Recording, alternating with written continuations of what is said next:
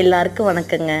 இங்கே எங்கள் ஊர் சைடு கல்யாணம் ஆன பொண்ணு மாப்பிள்ளைக்கு மாப்பிள்ளை வீட்லேயோ இல்லை பொண்ணு வீட்லேயோ வந்து 7வது நாள் 5வது நாள் வந்து எண்ணெய் தேய்ப்பு ஃபங்க்ஷன் சொல்லிட்டு ஒன்று வைப்பாங்க.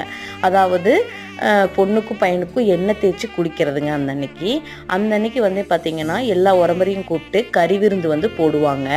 எங்கள் ஊர் சைடு இந்த பழக்கம் இருக்குது. அப்புறம் வந்து அதுக்கு ஒரு 100 பேர்த்துக்கு எவ்வளோ என்னென்ன சமைச்சிருக்காங்கன்னு பார்க்கலாங்க. ஒயிட் ரைஸுங்க, அப்புறம் வந்து பார்த்திங்கன்னா மட்டன் ஃப்ரை, மட்டன் குழம்பு, அப்புறம் நாட்டுக்கோழி ஃப்ரை வந்து பண்ணியிருக்காங்க.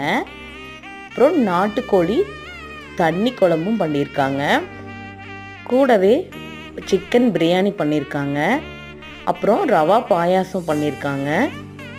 அப்புறம் மீன் குழம்பு வந்து பண்ணியிருக்காங்க. அப்புறம் நான்வெஜ் சாப்பிடாதவங்களுக்கு காளான் கிரேவியும் பண்ணியிருக்காங்க. கூடவே தயிர் பச்சடி.